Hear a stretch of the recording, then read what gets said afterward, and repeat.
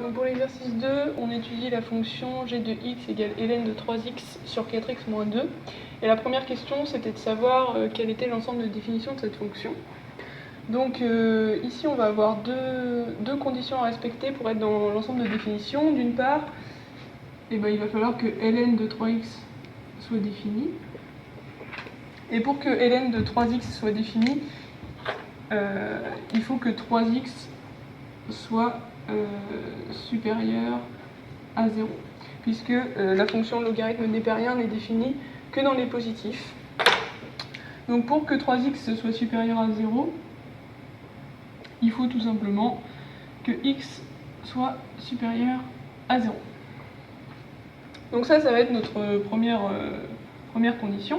Et la deuxième, c'est que, comme vous le savez, on ne peut jamais diviser par 0, donc il faut que 4x moins 2 soit différent de 0. En revanche, dans ce cas-là, rien n'empêche que 4x moins 2 soit négatif.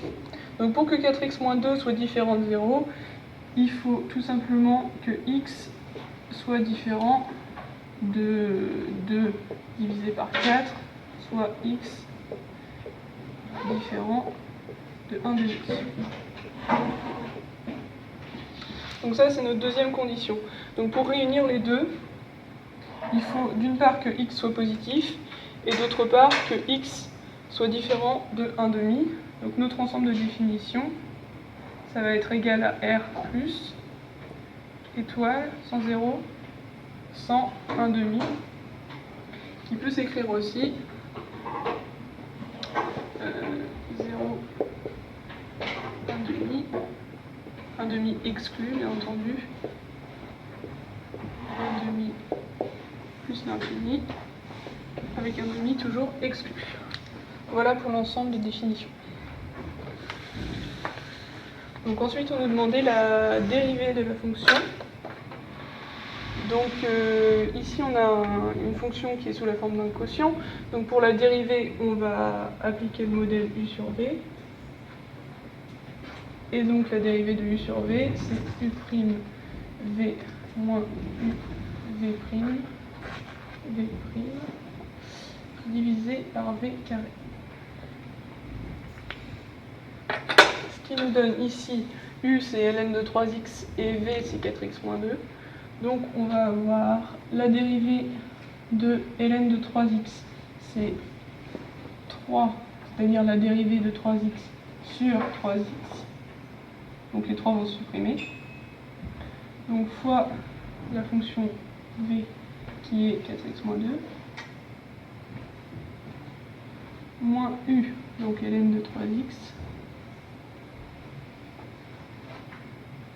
fois la dérivée de 4x moins 2, c'est-à-dire 4.